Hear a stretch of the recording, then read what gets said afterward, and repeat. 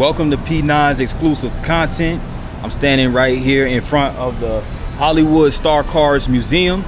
And in this museum, you're going to see a bunch of different model vehicles that you see prominent in many of Hollywood's biggest movies. Some of the biggest movies ever, blockbuster hits. You're going to see these vehicles in those movies, and they are featured prominently here in the Hollywood Star Cars Museum. So stay tuned. I'm about to give you some really cool content.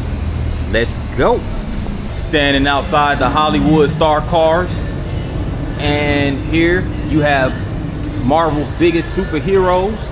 You have on the far right, of course, you have Bruce Banner, aka the Incredible Hulk. You have Steve Rogers, aka Captain America. You have Thor right over there in the middle, and you have Tony Stark, aka Iron Man, over there. And this is the Section 9 H3. This is the Hummer 3 or H3, whatever you want to call it. And this was from the Avengers movie. And it was used, you can see right here, there goes Loki in the back of it. There goes Loki. And Global Security by Loki and his cohorts, Nick Fury. The director of S.H.I.E.L.D. and his team will send all their powers to save the world from disaster. The Avengers was the highest grossing movie of 2012, earning more than $1 billion worldwide. And the live action adaptation of Marvel Comics S.H.I.E.L.D., which is the Strategic Homeland Intervention Enforcement and Logistics Division and International Peacekeeping Agency. The agency is who's of Marvel superheroes, including Iron Man, the Incredible Hulk, Thor, and Captain America. So this vehicle, the H3 or the S.H.I.E.L.D., was used, prominently in the Avengers. And that was the first Avengers movie, live action Marvel movie. And you have the little Herbie Love Bug, which is a 1963 Volkswagen Beetle race car, which has been featured in 5 Walt Disney motion pictures, starting with the Love Bug in 1968. The Love Bug, little Herbie, has a mind of his own, being capable of driving himself, causing mischief, and often becoming a serious contender of the racetrack. So you might have seen Herbie the Love Bug or Little Herbie in various movies from the Disney collective, which includes Walt Disney's World on Ice. And also you've seen this particular vehicle displayed at multiple theme parks from 1981 to 1983. So really cool. And it is a part of this Hollywood Stars car collection since this museum opened in 1996. So check this out.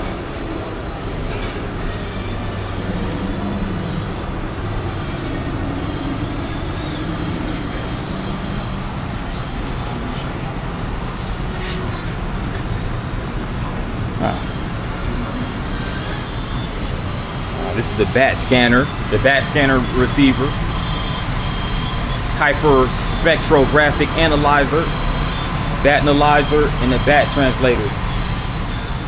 And this is from the live action Batman and Robin series from back in the 60s.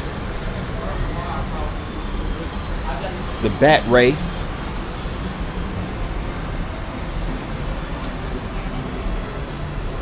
So hopefully I won't have any trouble with the video. Looks like it's pretty good lighting in here, so I shouldn't have any issues. But if I do go upstairs, I might have to adjust the settings for low light, excuse me. But check this out. This was the Nissan Skyline R34. This was driven by Paul Walker in the original Fast and the Furious movie. So check it out.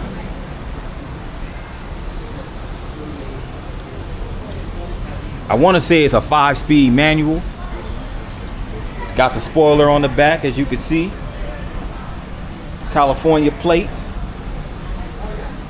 And this is the special effects Triumph motorcycle.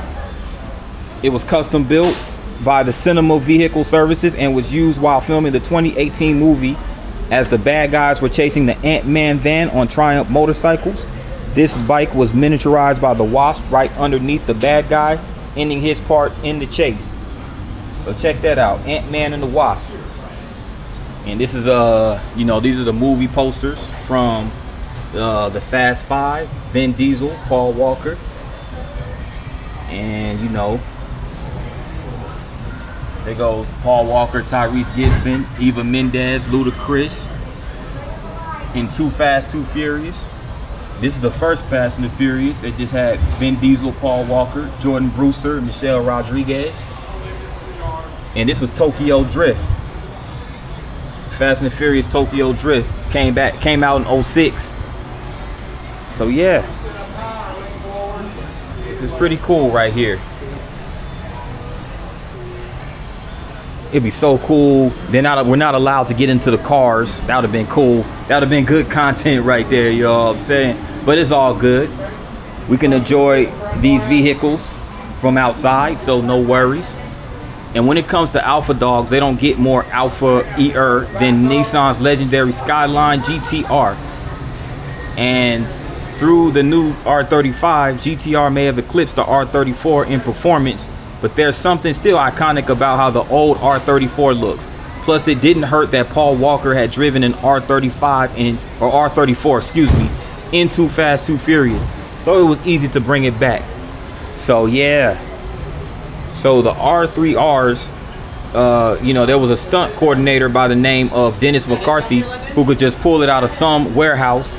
And in order to save some hassle, what they really wanted wasn't all-wheel drive GTRs at all. Instead, the production sought out and bought appropriate vintage 1998 to 2002 Skyline GTs and GTT models, which had the same look as the GTR, but rear-wheel drive. So, you know. Yeah, this was, so yeah, they had went to the older models when they were filming the movie back in the first Fast and the Furious, which is really cool. This is really cool. This has a really sleek look. And it's interesting because I just got me a Lego set with this exact model vehicle, the Nissan Skyline R34. So that's going to be my next Lego build. I thought I would throw that out there. Yeah, when it comes to cars, y'all, I get real amped up, you know. And this right here is a 1969 Dodge Charger. It was named General Lee. If you guys remember the old show, Dukes of Hazzard, came out in the late 70s, debuted in 1979 and ran through 1985. It starred Tom Wopat and John Snyder as Bo and Luke Duke. During its run, however, General Lee became and is still the star. The weekly show told the tales of a family reformed moonshiners who spent more time racing their car, General Lee, from the sheriff than on the track. The most memorable scenes are the chases throughout the countryside, with nearly impossible car jumps across rivers and gorges. Wow, so whoever the stunt coordinator was on that, man, he got like broke off real nice as far as monetary compensation. And look at the front grille to this bad boy. This is dope. This is dope. I wonder what the exhaust pipes look like. I'm gonna go check that out in a minute. But General Lee, a 1969 Dodge Charger, was loaded with 440 cubic inch Magnum V8 engine. The 375 horsepower engine with a top speed of 135 miles per hour goes 0 to 60 in 5.5 seconds, which enabled the Charger to live up to its name. Its Hemi orange paint, as you can see here, was flanked with the number 1 on the doors and the rebel flag on the roof. Oh, they had the rebel flag, of course, because it's General Lee. Of course they're gonna have the rebel flag. But yeah, there goes the 01 on the side of it. And during the production of the TV series Dukes of Hazzard, more than 300 Chargers were used. And this car is one of the surviving 17 originally used television General Lees. So as you can see right here, check out this interior. Now it looks like this is an automatic transmission. But look at that steering wheel right there. Of course, they had the fuel tank right here on the back, kind of like sitting on top of the trunk, or next to the trunk rather. I wish I can get a good view of the pipes.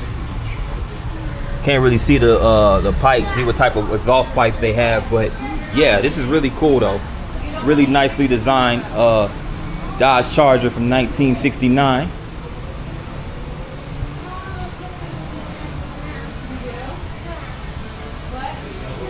And this is a 1967 Mustang Shelby GT500, aka Eleanor, as it was named in the movie Gone in 60 Seconds, which starred Oscar-winning actors Nicolas Cage, Angelina Jolie, and Robert Duvall. So this is the story of a retired car thief, Memphis Raines, who must steal 50 cars in one night in order to save his brother from a crime boss. Is a remake of the 1974 film by H.B. Halicki.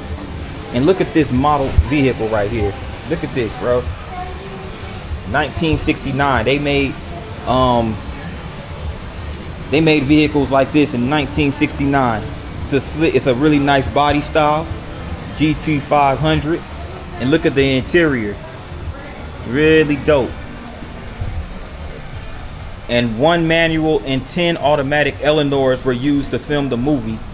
So man, think about it, bro. Though Memphis Raines had to steal 50 cars in one night. Could you imagine how damn near impossible that task is? I mean, that's crazy. But you got to do what you got to do. It was a lot that was at stake. So he had to save his brother from an evil crime boss. And think about it, over $250,000 was spent researching and engineering Eleanors. This GT500 is the original Eleanor in that it was the first car designed and hand-built to use as the basis of how the Mustang would appear on screen. So this is one of the many custom and built and supplied cars that was used in the filming of Gone in 60 Seconds. Wow, that's crazy. And they got some posters right over here. There's Carroll Shelby, and there's another memory plaque. Let me go get a closer look at it. But yeah, there goes Carroll Shelby. The Shelby name carries great weight and significance. He was an automotive innovator, and his passion blessed us with a wonderful harmony of beauty, power, and performance. So he was the brains and the mastermind behind these high-performing Mustang vehicles. So RIP to Carroll Shelby. And that's him right there. That's him and Bob Peterson of Peterson Automotive Museum, which is located in Los Angeles. So that would be cool to be able to go check that out. But let's keep walking. And then, you know, of course, there's more info right there on Carroll Shelby, right there. So, you know, he was a race car driver, entrepreneur, and author. And yeah, he built a lot of these high performing Shelby vehicles, Mustangs. And there goes the movie posters for Gone in 60 Seconds. They have it framed right over here. So that's really cool.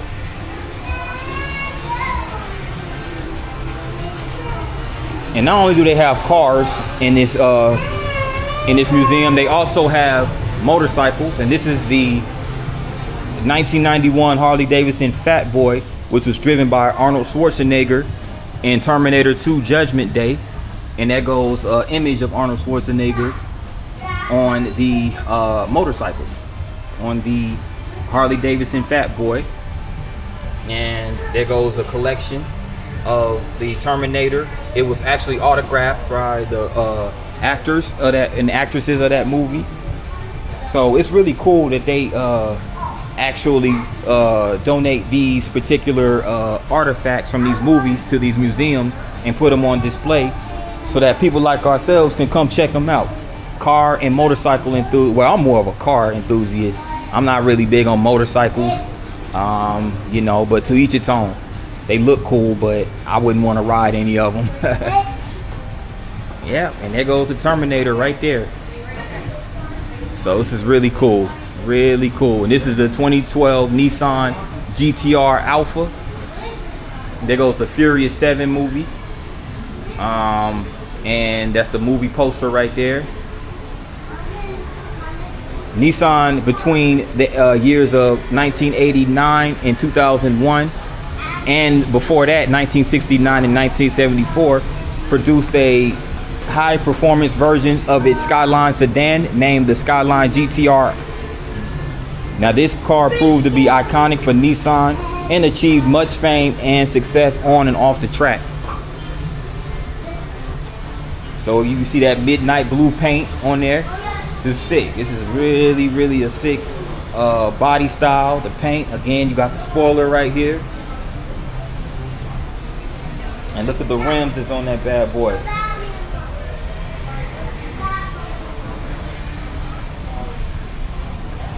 Yeah, I like the tail lights too. Now one is bigger than the other one right here. And you have the dual exhaust pipes on each side. You got one on the left and one on the rear right. Really cool, y'all.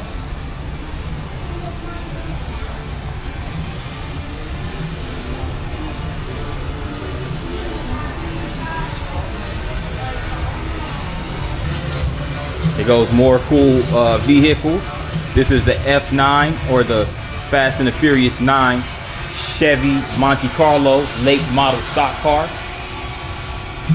And in 1989, Jack Toretto participates in a late model race on a short track with his sons Dominic, Dom, and Jacob working in the pit crew. Dom argues with rival racer Kenny Linder about his dirty tactics. During the race, Linder's car clips Jack's bumper, causing his car to crash, killing him. In the flashback during the film, it was revealed that a week after Dom is arrested for beating Linder to near death while he's serving his sentence, 2-year sentence, Dom recalls that Jacob had worked on Jack's car that day before he died, or the day he died, and concludes that his younger brother's actions led to his father's death. This tragic event is the driving force behind Dom's family first approach later in life. So yeah, this is the Jack Toretto stock vehicle used in Fast and the Furious 9, and what I just read was basically the storyline, synopsis of the storyline in Fast 9. And over here they have these driving simulators, motion driving simulators. It's pretty cool. Pretty nice over here. And they even have the 2000 Lambo VT Roadster. And the Lambo has the suicide doors. And check this out. Is the motor in the back of the vehicle? That's crazy. That's crazy. I ain't never seen a vehicle with a motors in the back. But you got the dual exhaust pipes, you can see right here. Tennessee license plate. And the 2000 Lambo Diablo VT Roadster was previously owned by Iron Mike Tyson and embodying the essence of James Bond's 007 spy gadgetry by Pierino Varelli. Since the 1980s, Pierino Varelli has invented and designed James Bond devices, components, and gadgets in automobiles shown at car shows around the US and Europe. The Lambo Diablo boasts many iconic James Bond elements, and these are all the elements that they entail. Strobe lights, interior lasers that sync with music, navigation system, custom leather dashboard fitted for an 18K Cartier pocket watch requested by Mike Tyson, TV, and a bunch of other stuff, you know, compartments, secret compartments, all of that. And you know, they basically give some info on Mike Tyson. You know, Mike Tyson, the youngest heavyweight champion ever, quickly became the undisputed champ, and is equally famous for the incident, that infamous incident that had him go to prison, and also the infamous event of him biting off the ear of Evander Holyfield. So yeah, but this is the studio over here. You can get pictures in the car and you can take them with you as a souvenir. And this is the iconic Oscar statue right here. I remember years ago I when I came here in Gatlinburg in 2013 and we visited this exact museum, I took a picture right here in front of this statue. I'm gonna see it. Hopefully I still have that picture. But yeah, guys, this is me taking a video in front of this very statue. Let me get in front of it. Yeah.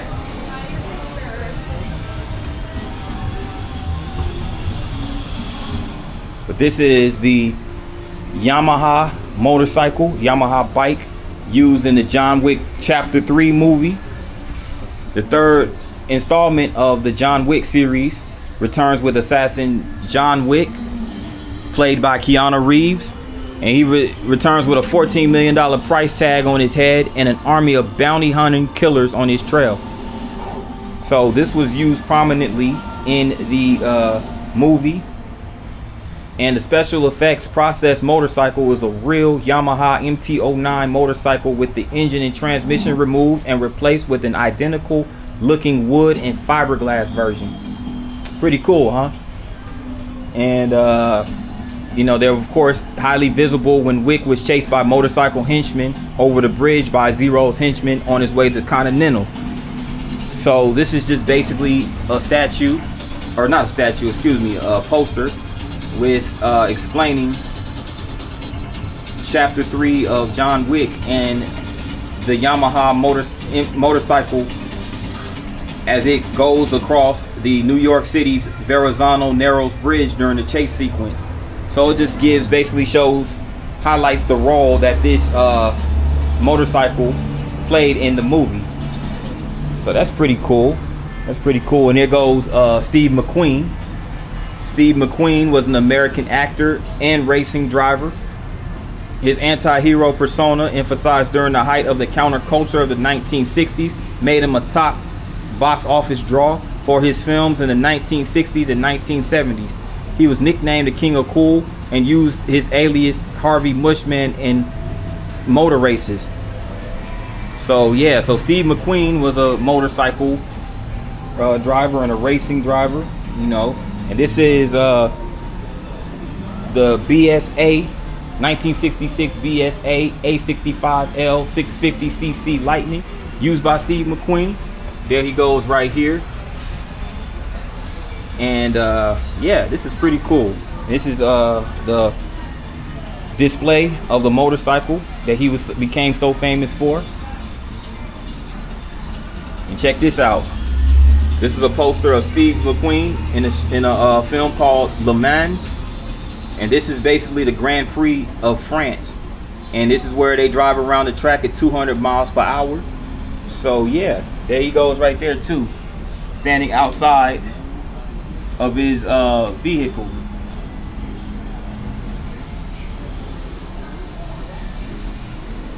So Steve McQueen.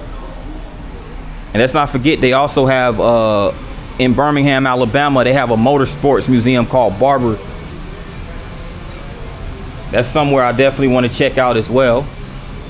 But yeah, check this out. This is the Flintstones mobile, the Bedrock, Yabba Dabba Doo. Flintstones, one of my favorite cartoons from back in the day, back in the 1970s, 60s, 70s, more like, well, really more 60s. And this is the car that Fred Flintstone pedaled with his bare feet during the Bedrock era. And there goes Dino, the dinosaur, aka dog. It's a really cool painting right here. Is that supposed to be Fred right there at the bowling alley? I guess so, with that Viking helmet on. But yeah, this is called the Flint Mobile. And this picture was actually taken at Universal Studios, 1994. But the Flintstones, created by Hanna-Barbera or Hanna-Barbera, depending on who you ask, and first broadcast by ABC in 1960, was the first cartoon series ever scheduled on any network during prime time, and still enjoys worldwide popularity. 34 years later, the live-action film version was released by Universal Studios, starring John Goodman as Fred Flintstone and Rick Moranis as Barney Rubble. Elizabeth Perkins and Rosie O'Donnell co-star as Wilma and Betty, respectively. So several steps were involved in creating the Flintstone mobile. First, a full-size body was formed of foam, and then molds were created to produce the final body version. Since prehistoric bedrock does not have gas-powered engines, the car is foot-powered, or appears to be on screen. In actuality, one of the cars had an electric engine to make filming easier on the actors. Yeah, I bet, because imagine them literally pounding the pavement with their feet in real life during the filming of that movie. That would be, you would have to have feet of absolute stone itself in order to pull that off. But yeah, here's the Flint mobile. You know, so we can't get in the cars, but we could take photographs by the vehicle. So yeah, pretty cool.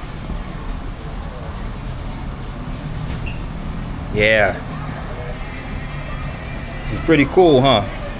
Could you imagine somebody getting on the back of this bad boy?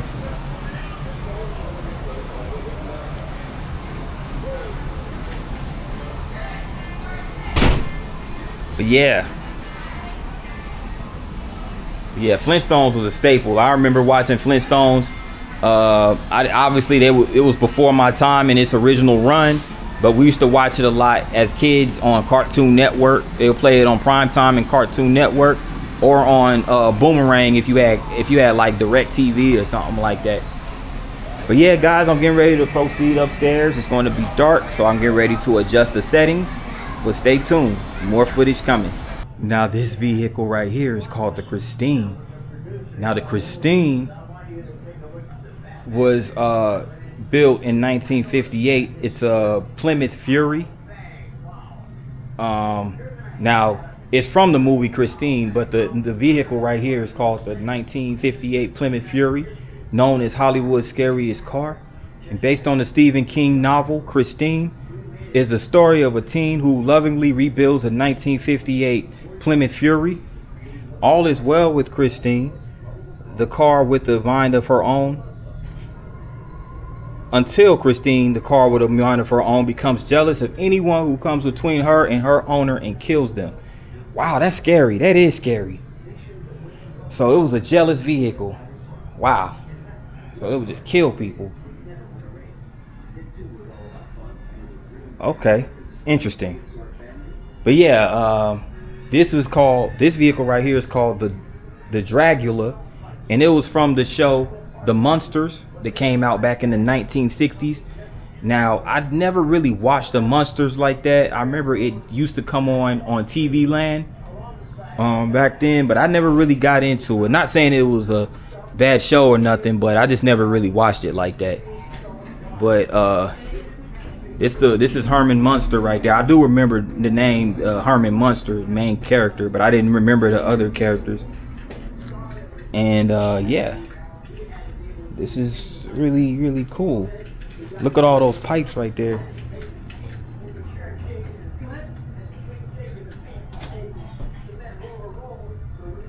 There's like quad chrome pipes on the side. So this is really dope. They got the skeleton right there. But this was their unique family car, the Munster Coach. In the 1965 episode, another unique car was introduced. So this car is designed like a coffin, as you can see right here.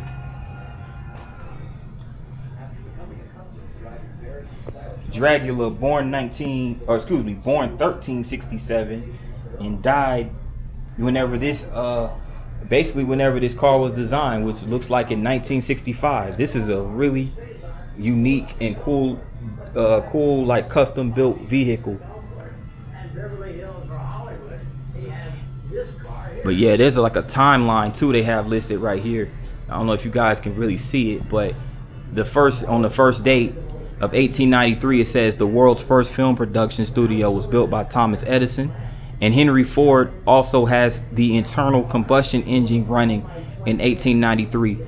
So Ford builds his first car, the quadricycle, and sells it for $200. So that was basically the beginning of the Ford vehicles, basically in the late 18th century, or late 1800s, late 19th century. of business. And check this out. That young man was.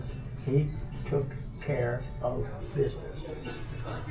This is George Barris. Every car here at Hollywood Star Cars has a story. George Barris, the king of customizers. Mystery as James Dean's Right here. Porsche Spider, the car that led to his untimely death.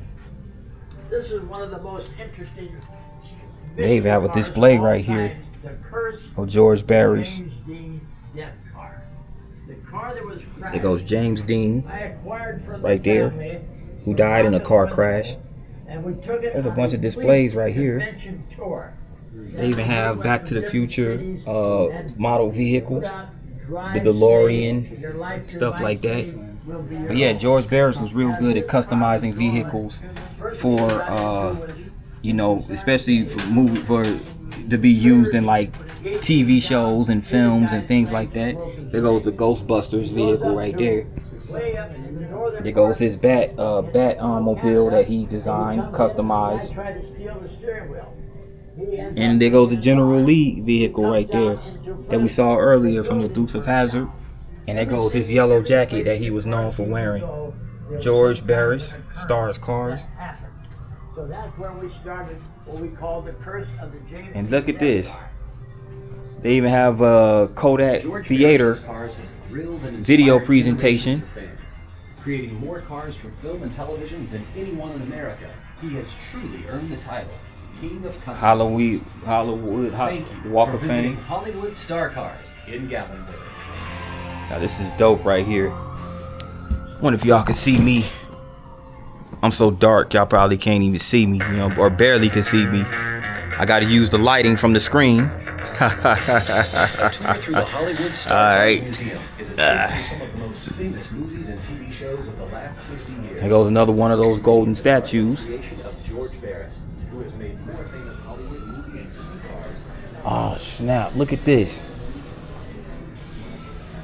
Now this was driven in the 007 James Bond movie. It's a GoldenEye BMW Z3 driven by Pierce Brosnan as James Bond.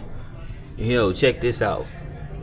Driven by Pierce Brosnan as James Bond, GoldenEye, the 17th James Bond movie released by United Artists, debuts Pierce Brosnan as James Bond. Wow, they had 16 other James Bond movies before that.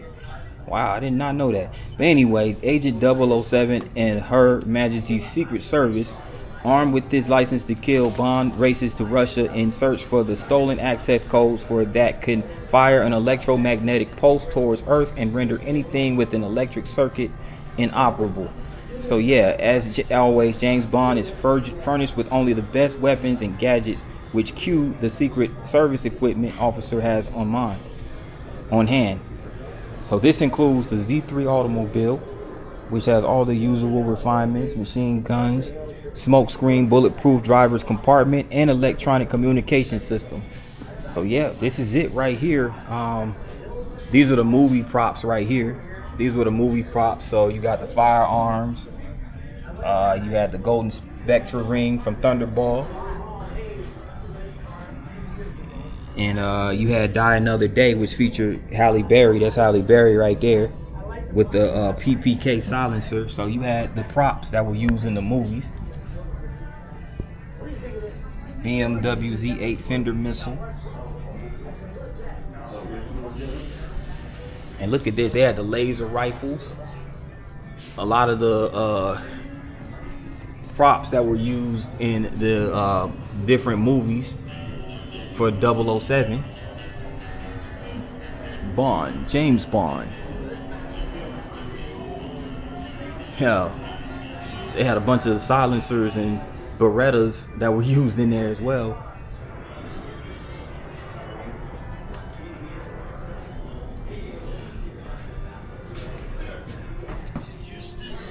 And check this out, there goes Sean Connery right there. Sean Connery, the original 007, the original James Bond. Dude, that dude did a lot of work to play in all those James Bond films. And there goes a movie poster with 007 James Bond, played by Pierce Brosnan, in the 16th installment of, or the 17th installment of 007. There goes John Connery in Goldfinger. Sean Connery again. Roger Moore as James Bond in 007. The Man with the Golden Gun. I don't think I saw that one. I didn't see that one. I've seen Goldfinger before, but I haven't seen The Man with the Golden Gun. And here goes the Bumblebee, vehicle used in the Bumblebee Transformer movie, which in my opinion was the best Transformers movie after, you know, the original Transformer, the first Transformers movie. And there goes the movie posters for the first Transformers movie. And Bumblebee was the latest film of the Transformers movie series. The year was 1987, and the Autobot Bumblebee is on run, disguised as a 1967 Volkswagen Beetle. He seeks refuge in a junkyard of a small California beach town. Charlie, about to turn 18 years old and trying to figure out her place in the world, soon discovers the battle-scarred and broken Bumblebee. This particular Bumblebee took a break from the Transformers franchise to star in Walmart's 2019 famous car commercial, which premiered during the Golden Globes Award show on January 2019. So this is the Volkswagen right here. Volkswagen Beetle, featured prominently in the Transformers Bumblebee film. And here's the 1941 Willys Jeep that was also featured in the Transformers Autobots Bumblebee movie.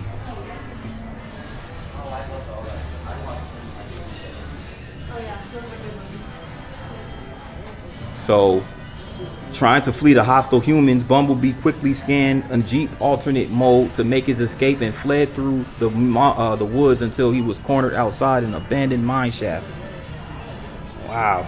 Despite his best intentions to assure the humans of his good intentions, the Autobot scout found himself attacked by the Decepticon Blitzwing. So remember, it was the Decepticons versus the Autobots. That's the thing you definitely got to remember in the battle against the Transformer, you know, in the Transformer series. And California Highway 41, US Route 466. This is the custom built, what vehicles is this? Oh, the Porsche 550 Spider. So this car was built by George Barris to recreate James Dean's infamous cursed car for the film Race with Destiny. So James Dean, again, he passed away, I believe, in 1955. He was only 24 years old. So he died in a car crash. And that's James Dean in Rebel Without a Cause, as you can see. And that's what he drove. He drove in the Porsche 550 Spider, the drop top. And there goes him right there, James Dean, Race with Destiny.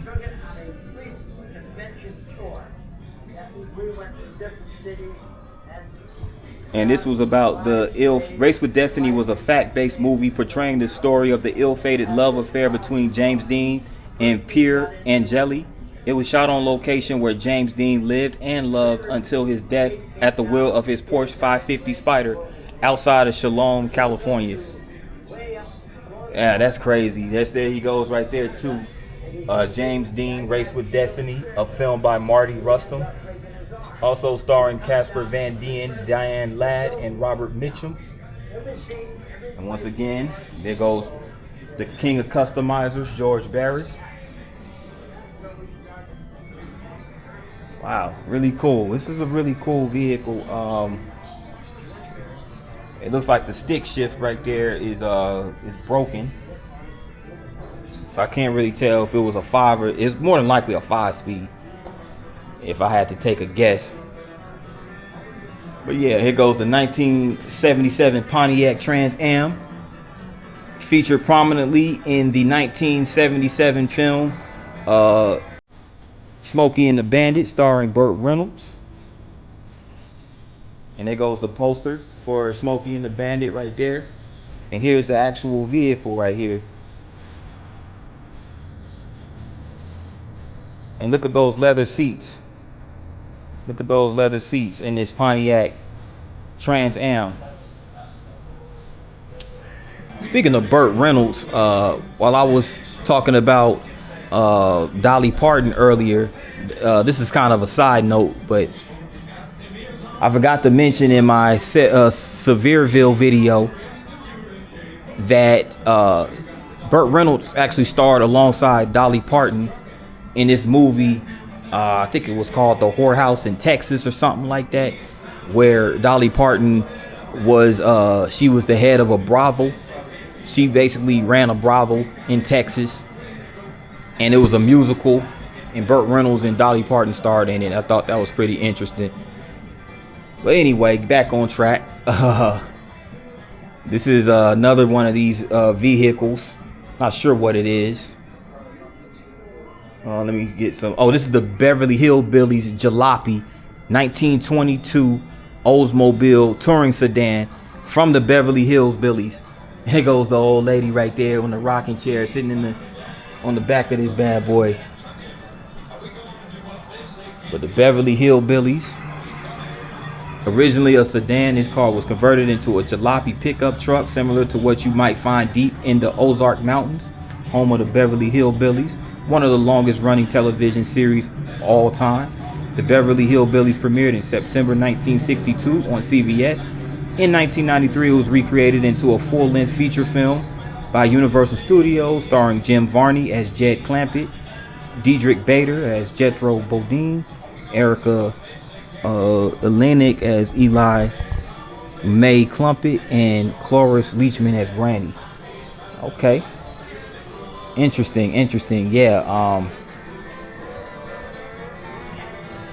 And by the way, you know, Jim Varney was also Jim Varney, for those who don't know who Jim Varney is, he was he played in those Ernest Goes to Camp movies, you know, the Ernest series. That was Jim Varney. But check this out, y'all. Look at this motorcycle. This was used in the movie Ghost Rider, starring Nicolas Cage and Eva Mendes. And check this out. This is the jacket that he had the chains around it, and it was featured prominently in the film Ghost Rider. And the stunt coordinator was Eddie Yanzik, and he was Nicolas Cage's stunt double when he was doing these stunts on this motorcycle. So yeah, I wonder how much those stunt coordinators got paid. I know they got paid pretty good money to do those dangerous stunts, especially with a motorcycle, bro. That's insane. But look at the flames and look at the pipes on this bad boy. I don't really know much about motorcycles, so I don't know any of the parts, but that's the best I could give you. And this was a 2007 film, supernatural superhero film based on the character Ghost Rider, who also appeared in the Marvel comics. It stars Nicolas Cage as Johnny Blaze, the stunt motorcyclist who sells his soul to the devil and transforms into the vigilante Ghost Rider. So again, this is the Panhead Chopper, right here, and that's again Nicolas Cage and Eva Mendes.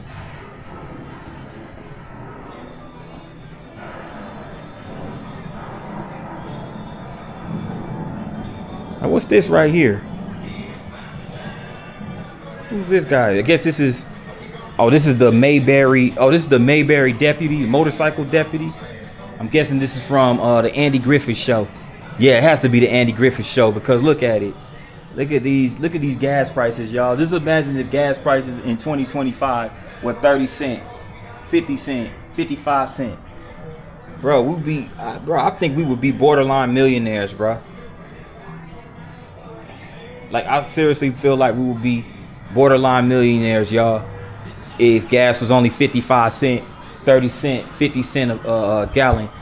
But yeah, this is the Galaxy Squad car, 1961 Ford Galaxy, used prominently in the Andy Griffith Show. The Andy Griffith Show is definitely a classic that took place in the fictional town of Mayberry. And Andy Griffith, the actual actor, is from North Carolina. I think he grew up in Mount Airy, North Carolina, if I'm not mistaken. But there goes Barney Fife right there, who was played by Don Knotts.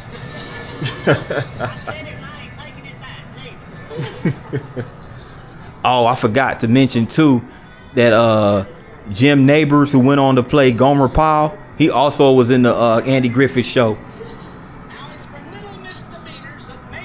But there goes Andy Griffith right there. It's like an Andy Griffith tribute. So he was the head sheriff at Mayberry, North Carolina. And it's an aerial photograph of the town of Mayberry.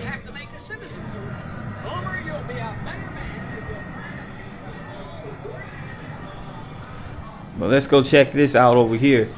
This is again, this is the front of it. There goes that big siren at the top of it. And there goes the replica of the Mayberry courthouse. You know, you got the columns right there on the side of it. Sheriff and Justice of the Peace. And here goes some posters right here of Don Knotts, who played Barney Fife in the show, autographing the glove box of this very car, Mr. Don Knotts.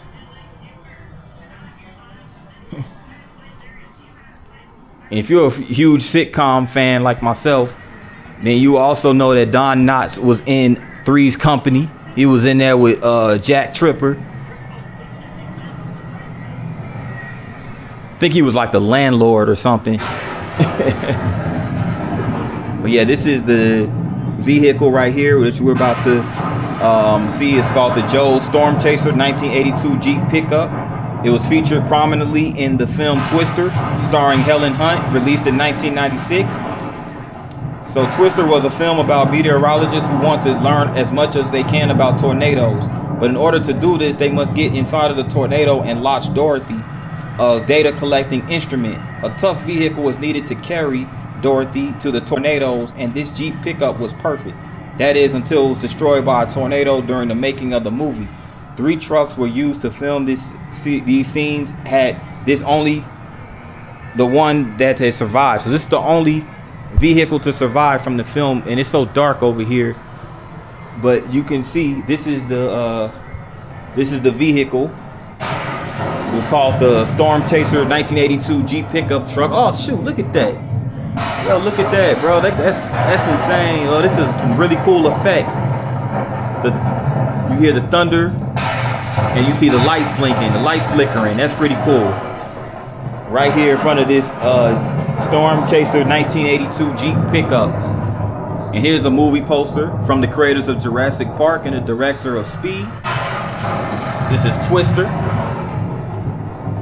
It was built by Roy Landiver of Waukemis, Oklahoma. The other 2 that were built were destroyed, but the studio kept the 1984 model, and most of the filming of Joe's Jeep was done with this truck. So, yeah, there you have it.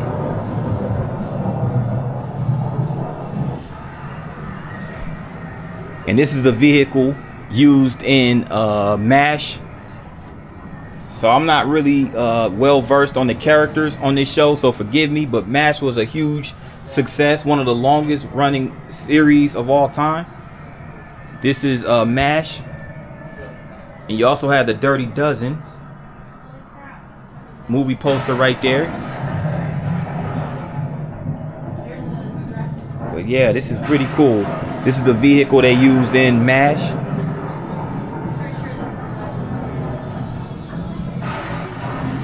Now this was a Jeep Cherokee off-road vehicle used in the film Logan, about Wolverine of the X-Men, starring Hugh Jackman. And it actually took place in 2029, with the mutant population almost gone during that time.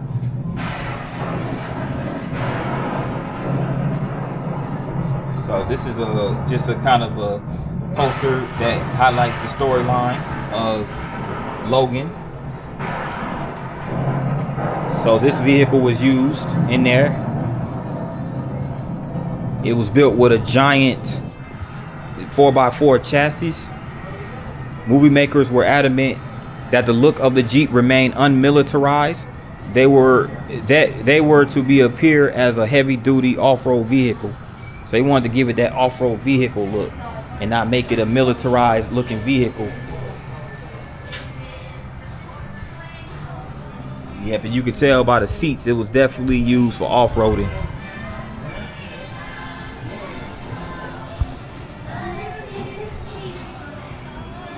And this is the 2008 BMW 550i.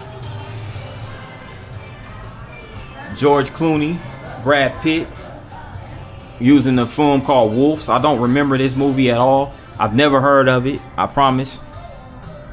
But it was used in the 2008 film Wolves. And it was about George Clooney, who played a professional fixer hired to cover up a high-profile crime. Lone wolves are forced to work together, and they find their night spiraling out of control in ways that neither one of them expected. So with more screen time than most of the supporting cast, this BMW 550i is practically another character in the story. The 550i was equipped with a 360 horsepower 4.8 liter V8 capable of taking the car from 0 to 60 in 4.8 seconds, or finishing a quarter mile at 13.3 at 105.1 miles per hour.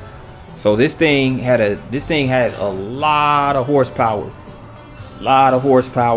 So yeah, this BMW 2008 550i was definitely built for speed.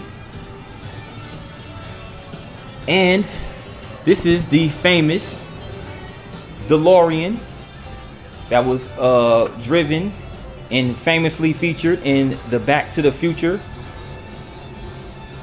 Now, this is a 1981 DeLorean time machine. It was driven by Michael J. Fox, the star of Back to the Future.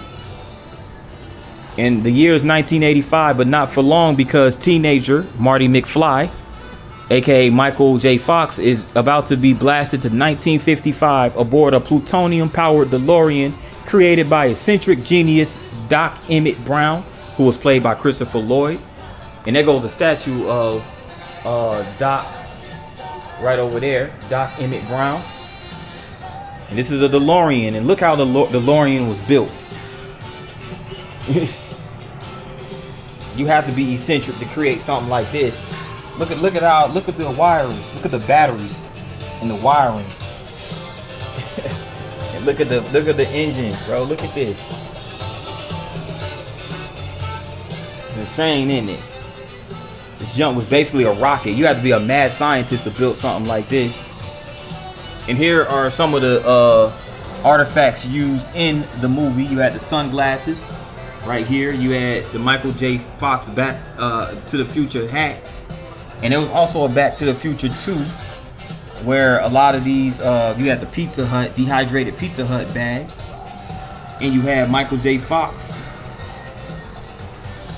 And a sports almanac, gray sports almanac. And you also had the Ooh La La magazine cover. a barcode license plate. The Biff Gold glass label. And the barcode license plate out of California.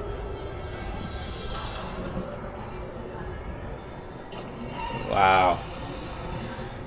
And they showed a little, they did a little shot of Marty McFly punching the gas, and my boy had on the Nike Air Forces back then. And here's the Ghostbusters vehicle right here. And check out the interface right here for this Ghostbusters vehicle. Of course, Ghostbusters starred Dan Aykroyd and Bill Murray. And yeah, check this out. And Rick Moranis was also in there as well as Sigourney Weaver. And it's the movie poster for Ghostbusters. They're here to save the world. So look at the front of this bad boy. Look at the front of this joint. And look at the headlights on this bad boy. It's like two layers of headlights on both sides. Yo, that's crazy. Who you gonna call? Ghostbusters.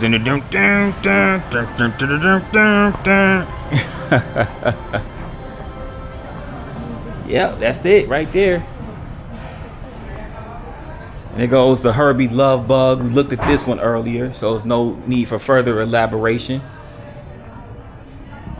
It was used in Herbie Goes to Monte Carlo, Herbie Rides Again, Herbie Goes Bananas.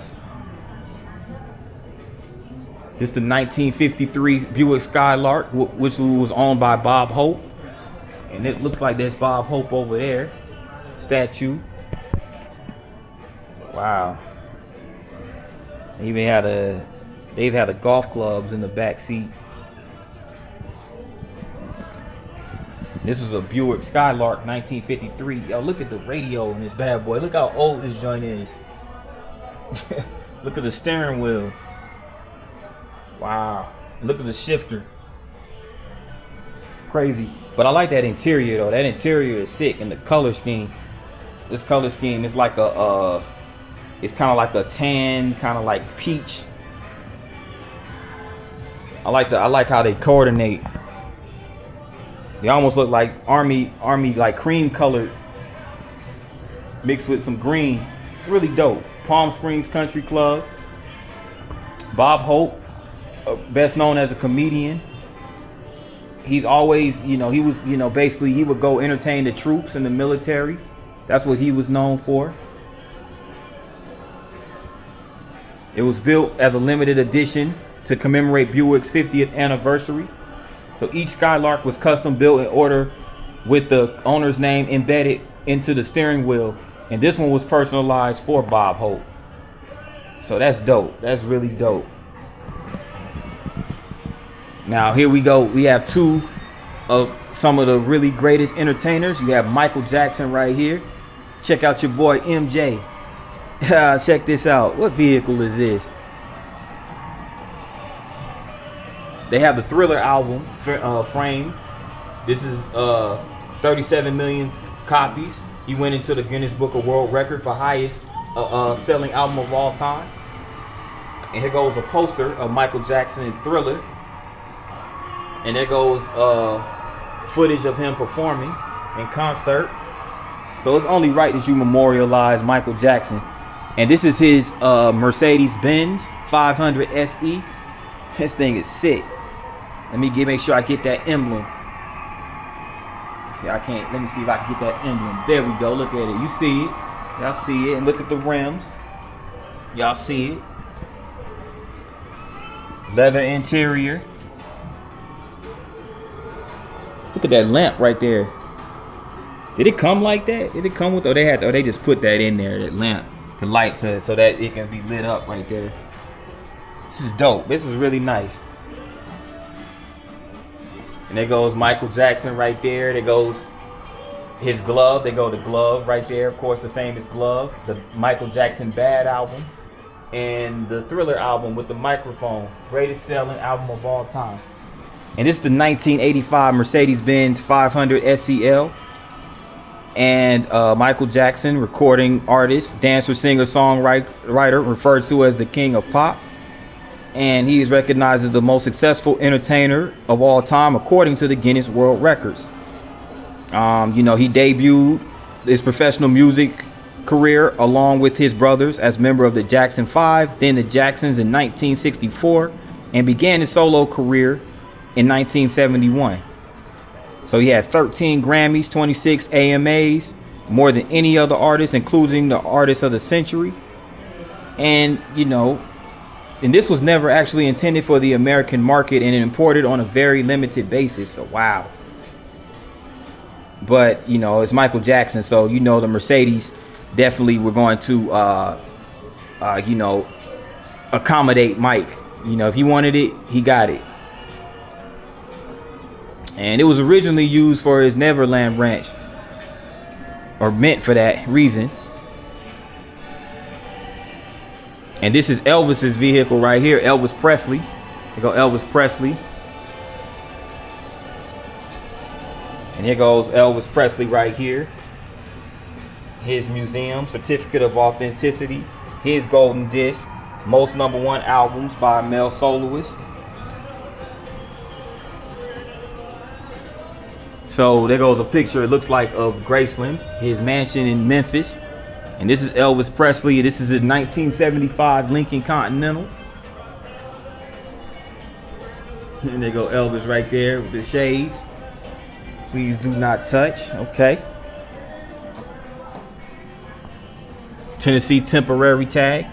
This is when he first got the 1975. So he got the certificate of title. They frame everything, but they make sure they keep everything as a keepsake, so that they can frame it in the museum like they did now. They go with certificate of vehicle registration for the 75 Lincoln Continental. This is really cool. This is really dope though. Really dope. Let me check out the grill on this bad boy. Because the Lincoln Continentals, they have those unique looking grills. And it's called the Mark IV. So it's a limited edition Lincoln Continental. Really nice vehicle. Really nice vehicle. And this is the 1955 Ford Thunderbird right here, driven by Dennis Wilson of the Beach Boys. Remember, the Beach Boys were real famous back in the 50s and 60s. And this is their vehicle. They have all of their signatures on it. And they even have a surfboard, the 1955 Thunderbird, driven by Dennis Wilson. Surf shop. So I like how they not only have the vehicle, but they have like designs that are kind of centered and themed around the artist. So this is really cool by the for the Beach Boys.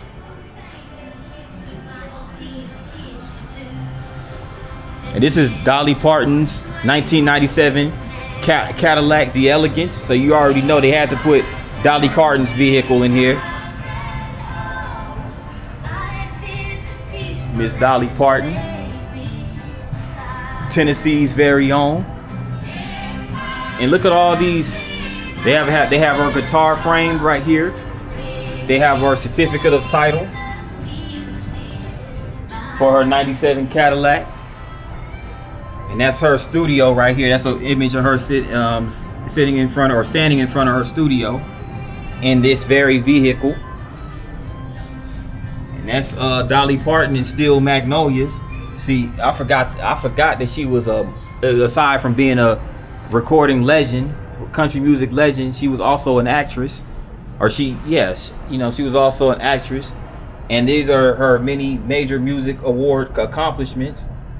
As you can see, her many Grammys, Country Music Awards, Music City News Awards, Country Music Association, and also you have her pink rocking chair right here with a signature. And that's her again standing in front of, or next to her Cadillac. And this is her. Looks like she donated this particular deep blue sequins exposed shoulder halter top to the museum. So this is really dope. This is really nice by Miss Dolly Parton, who was inducted in 1999 to the Country Music Hall of Fame. And this mural right here is of the mountains, the Great Smoky Mountains, where Dolly Parton grew up, Dolly's Tennessee mountain home. This mural was by Dale Gillespie. So yeah, really, really nice for Miss Dolly Parton. Yeah. And this is the NASCAR Hall of Fame. So this is the 1990 Chevy Lumina NASCAR stock car that was driven by Tom Cruise in the Days of Thunder. And there goes the movie poster for Days of Thunder, starring Tom Cruise. And this was a 4-speed manual. And this is a Country Squire right here. Country Squire.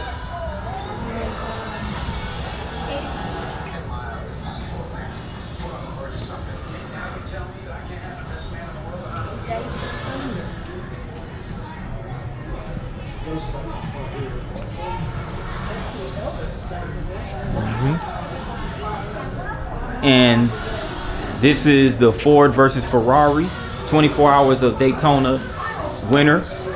So this is a Ford versus Ferrari vehicle. So yeah, I think this was driven by Danica Patrick. This vehicle was driven by Danica Patrick, the first woman to win an IndyCar race in the Japan 300. And here goes Miss Danica Patrick right here. And that's her holding the trophy in 2008. This is Charlie Kimball right there. And this was used in the Ford versus Ferrari film that was released in 2019, starring Matt Damon and Christian Bale, directed by James Mangold. So this vehicle was featured prominently in that movie. Really cool display. This is a GT40, and the GT40 can top out at 200 miles an hour. So extremely fast. 4-speed manual transmission vehicle. And with that, guys, this concludes this video for my members. Thanks for tuning in to this exclusive content. There's more. There's going to be more museum footage. So until next time, guys, peace out. Thanks for rocking with me. This concludes all of the display of the Hollywood Star Cars Museum. Until then, this is your boy P9. Peace.